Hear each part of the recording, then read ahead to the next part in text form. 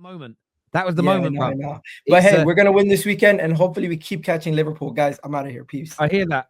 Speaking of Arsenal, big news today, and there's been water thrown over it, and we're going to go through both sides of this. But there's a big report earlier today that Arsenal are in talks with RB Leipzig for Benjamin Sesko. It says that Arsenal want to sign him on a loan with an obligation to buy.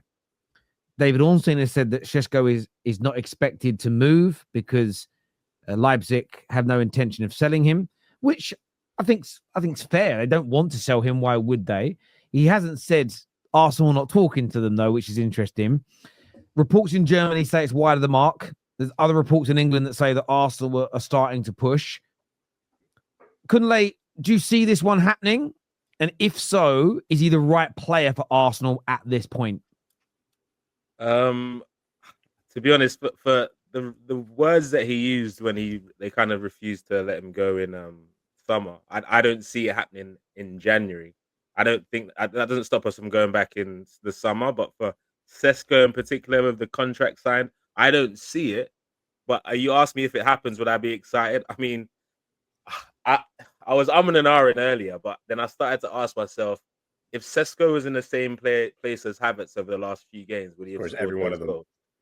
And yes, but I also say there's so many other strikers, not even that level, that would have scored those goals too. So am I just settling, or this is actually the player I want? So it's a weird one. It's a real weird one. I'd take him because he'd immediately be the best 9 at the club. Is that the 9 that's strong enough to get us through to win the title potentially? I don't know, but he improves us 100%. Arsenal are not serious if you don't. Like, this is the crazy thing for me, because I was a big Sesko fan before we went and got Rasmus Højlund. I wanted him at our club, and then I realized we weren't good enough to attract a talent that good. That's basically what I resigned myself to. I'm like, he's too good for us right now. He's not even going to look our way. He's going to go develop. He has no reason to come here. I think if you're having talks about a loan and all these things, we are looking at Isak 2.0. We're looking at Isak 2.0 when you should have bought him when you had the chance. You had the money. They would have sold. This is the same situation. RB Leipzig will straight up sell if you put enough money down. No problem. They definitely will if the player wants to go. What's enough money for someone? So for me, I don't care what enough money is. What do you reckon though? For me, like 70 million probably be enough. I think Sesko.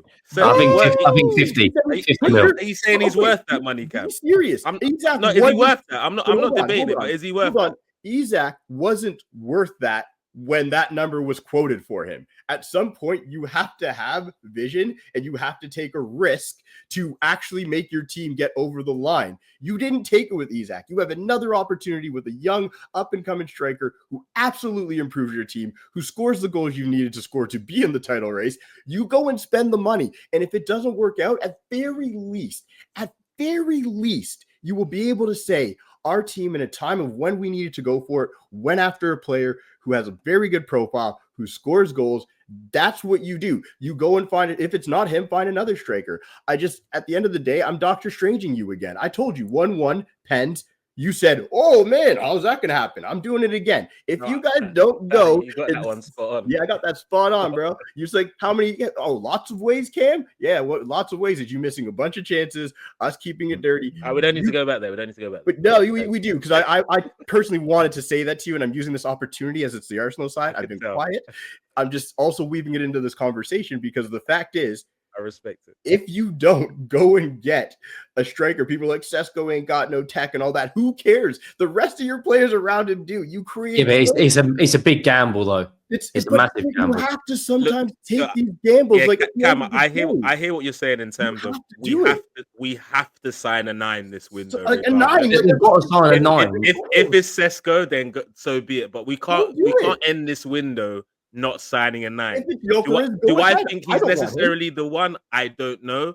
But do I think he improves us? I'll use my same logic across the board. If it's Gyökeres, who I don't want you to get because I want him, and you have to spend 70, 80, go do it. If it's Duran and you have to spend 70, 80, go do it. If it's Victor Osimhen and you have to spend 50 or 60, go do it. If you do not go and do it, you're going to be in the same situation you are the summer. You're going to say he's too expensive. There's too many players, too many teams in for him. We're not going to do it. We're Arsenal. We're not being held for ransom. And you're going to be at square one next year. The problem is, though, is Benjamin Sesko isn't the number one goal scorer at Leipzig, and he is young and will need time to adapt to the Premier League. Arsenal aren't in a position right now where they can allow someone time. They need someone to come in and hit the ground running. That is fair, and I think that's a really good point. So my question to you is then, Henry, and it has to be realistic. Interestingly, looking at Alexander Isak, who I do think technically on the ball is better, at the same age when he was in Spain, he scored 17 goals in the entirety of the season across all comps. Benjamin Sesko this season is already on 13 goals, 3 of which are in the Champions League. I'm not saying he's going to become as good as Alexander Isak.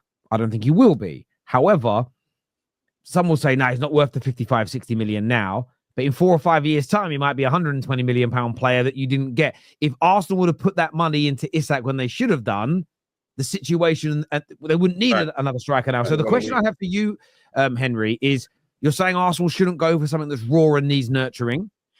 But who is the ready-made star who is going to cost you 40, 50, 60, 70 million more than Benjamin Sesko, who's going to outperform him by that number? The only 2 players that I think would come in and significantly improve that team who are realistic is my number one. If I was an Arsenal fan, I would look at Osimhen. I think he's done it in France. He's performed really well in Turkey. He's won a Scudetto with Napoli. He's got a good record in Europe, and he has won a league title. And then I'd look at Gyökeres. I think Sesko is rubbish.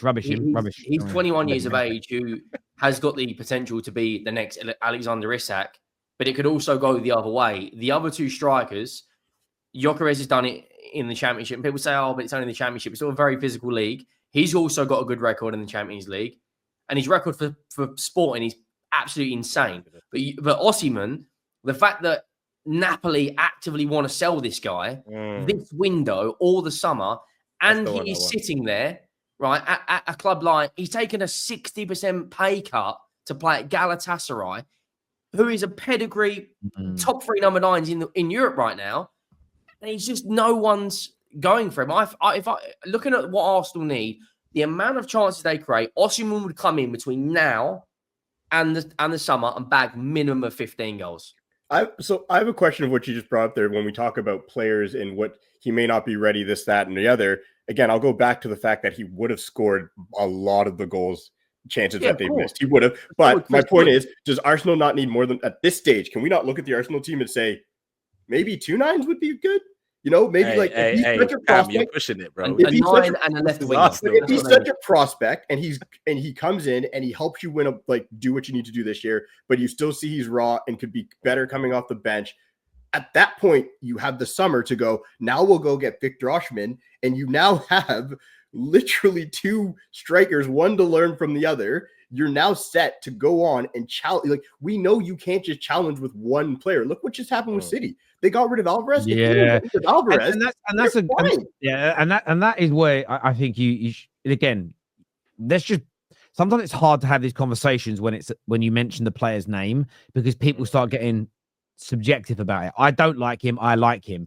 But if we just look at yours as the premise, Arsenal probably should have 2 strikers of that sort of age profile and that sort of differential in experience and quality, because then you're not relying on Gabriel Jesus. You're not going, Martinelli's got to go up there now. You're saying, if Osimhen ain't delivering, it's Sesko as an example. And maybe that's what you need. Again, that's probably something along those lines. Now, you could demand it's the players you like, so that's where you can get subjective with it. But if Arsenal, in my belief, if Arsenal's striking partnership this year, in terms of they start together or one on the bench, was Osimhen and Sesko, Arsenal right now are top of the league. They knock Man United out of the FA Cup comfortably.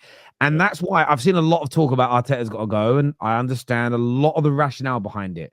At the same time, I look at your team and think, you're a couple of players away this season from winning the league. Do you start to undo everything to fix a couple of little problems? Maybe if you think the issues are deeper rooted. On the stories, a lot of people saying Terry Ornstein said it isn't happening. It's not what Ornstein has said. He said it's unlikely that the move isn't to happen. Do you know what I find really funny about football fans? When the Daily Mail broke the news about Zubimendi, And then a lot of the story, not all the detail, but a lot of the story was then backed up by the Ornsteins and the Fabrizios.